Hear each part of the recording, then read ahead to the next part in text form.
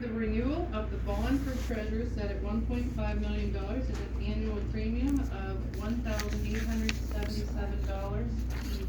I will tell you that it is actually at quite a few $100 cheaper than last year because the bond company is finding stabilization in Union Township.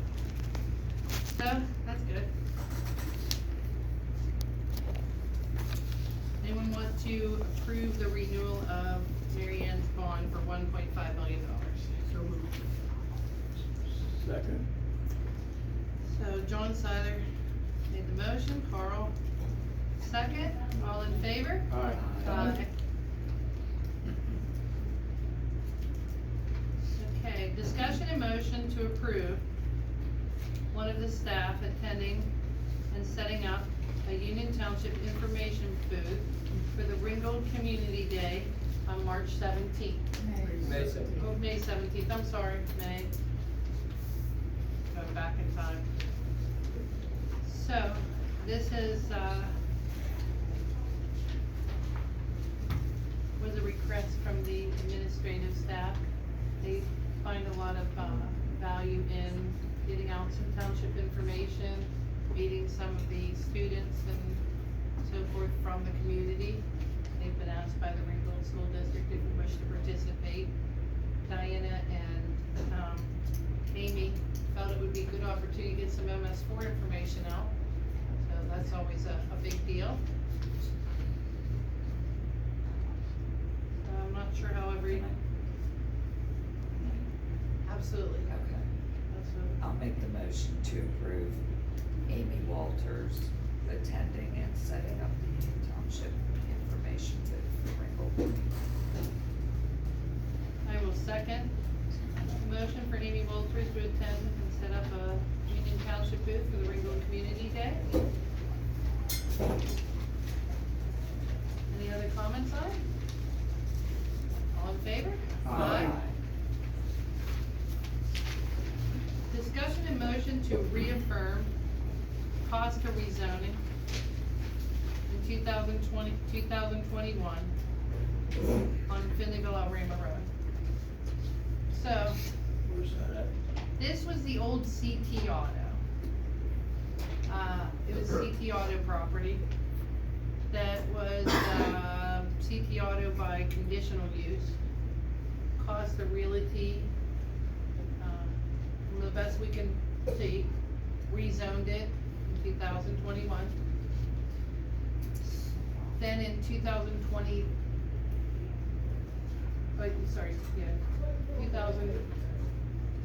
2021, Mr. Kazarowski, who was buying the property, did a conditional use on that property for a contractor's yard, which is conditional as a C2. At that point, there's some emails from the solicitor's office stating they can't find the signed ordinance rezoning that property and asking the staff if they had a copy of it, because they never got recorded down in Washington, PA. So, they moved on with the conditional use hearing from Mr. Kazarowski. And this, maybe 2 weeks ago, he came in here to get building permits for, a business at that site. At that point, the staff had looked and his property was zoned residential, and so they told him they couldn't put a secondary, building, use without a primary structure, which he was a little bit upset because he went through this rezoning and this conditional use. But it is, to this date, when you look it up, our staff was not wrong, it is zoned residential at the county. So, there was a little bit of upsetness from Mr. Kazarowski, because he paid for the rezoning, he paid for the conditional use, he paid for the, and was told that you can't put a building there because you're residential, and you can't put a big pole building on a residential that doesn't have a house on it. So, I had to call the solicitor's office to say, where do we go from here? Like, I then researched the server and the emails to find out, like, Cause I sat through his conditional use hearing as an audience member, and I do remember, so started researching, and that's where I found the emails where in 2021, what law firm realized there was a mistake of the original rezoning by Costa so that he could sell it to Mr. Kazarowski as commercial use. And he realized at that point that it was not ever recorded, and they were asking for a copy of the signed ordinance so that they could go record it, and apparently it never got fixed the second time either. So now, I don't know what we do. We're gonna have to reaffirm. I mean, there was a hearing, there was a board vote, there's meeting minutes that say so, but it wasn't done. So there would need to be a motion to reaffirm that rezoning and to file the appropriate ordinance. A motion to reaffirm that, comma, to have the current township officers sign the same, and to file the document, the reaffirmed ordinance with the appropriate county agencies. So this would be a board motion for us to sign the ordinance at this date with this chairman and this secretary, that because it won't be signed by the ones that were here before. And it So was it's a done. legacy issue from 2021. It's a legacy issue for, now, one of my major concerns is in the correspondence with the solicitor's office and the staff at that time, they reference another ordinance that they can't find was signed, or, and I don't even know what that one was. I know the ordinance number, but I don't, they reference in the email that there's another ordinance out there that hadn't been recorded, and they wanted to get us, they couldn't record it without a signed copy. And they didn't have one, but they were saying you have a signed copy of this ordinance as well, because we don't have and cannot record without a signed. And then they still didn't get signed or recorded, so I don't. Well, I'll make the motion as what Dennis said. Now, I think the only clerical error here is the conditional use was in 21. The rezoning was, you guys sent it all to you. I do, but I The have a conditional use was in 2021, which was a year after the rezoning. It was either, We'll just go with the motion the way it is. and Okay. Yeah. When was that changed to residential?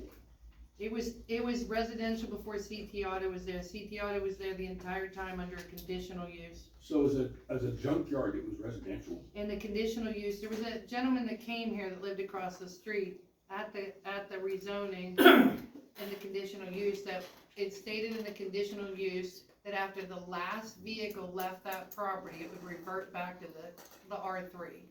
It was kind of like the El Raymond Tavern was under a conditional use, even though it was many, many, many years. When that junkyard was there, we didn't have ordinances. I'm just telling I'm you. 66 years old, And it and this thing was there reverted, so forever. then the board rezoned that property for Mr. Costa so that he could resell it to Mr. Kazarowski. And Mr. Kazarowski did a conditional use, because you can't have a contractor's yard in the C2 without conditional use. And they realized at that point that they never recorded the rezoning. And then they still didn't record the rezoning, and he would like to build a building there, and he's kind of upset that his property's marked residential at the county.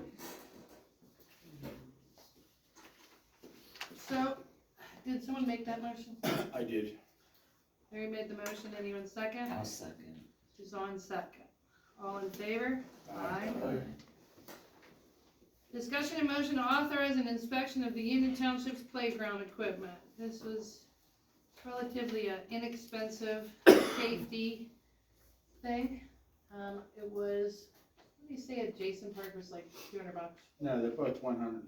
150, so it was 200 for both. 230. Okay. So relatively low cost, safety measure with parks. I'll make the motion. Okay, Suzanne made the motion. Well, everybody's rushing. I'm gonna go with John this time, because I heard him first.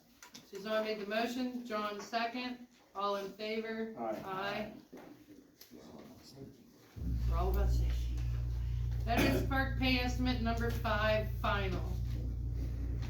PJ. Yeah, so I asked for this agenda item. Last week we received the 5th and final pay estimate from Flapjack Construction for the Veterans Park project. The balance on the project at this point, is approximately 40,000. We have received the consent of surety as well as the maintenance bond. I'm not aware of whether or not we've received the as-built drawings yet or not. Lapcheck indicated that he delivered those to the township building and he would be giving me a PDF copy. I haven't received the PDF copy yet. So I'm not sure where the as-built stand at this point, but there was discussion earlier this year about, you know, the contract duration and the fact that we executed a change order to establish a new construction end date last year of July 15th. And obviously the work was not done by that point in time. So I guess in reviewing this fifth and final pay estimate, I wanted to discuss it here with the board tonight as to, you know, sort of where things stand and if there are any liquidated damages pursuits that we are looking to pursue, and, you know, potentially I should hold off on a I would say, recommendation for I would fifth and suggest final. basically that if we take any discussion we can at this point in time. One's liquidated damages, two, you don't have the as-bills. Correct. And you said we have the bond or not? We have the maintenance bond, yeah. Interestingly though, the maintenance bond is only in the amount of 10% of the contract value. And I looked back in the specifications and that was what was called out. I've not really seen that before. Typically the maintenance bond is for 100% of the value of the contract work, but That's what the law says, whenever you have an They're maintenance. bonded 10% of the work. our contract states the maintenance bond period is 1 year at 10%, not 100%. I've not seen that. Chapter, Title 14 says the bond has to be 100%.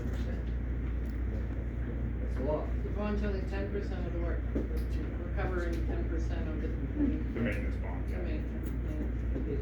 So if something fails there, we're covering 10%. That's the law, there's a law, the law says anything over, like, $5,000 a situation. Didn't they have an attorney sitting here when we did that?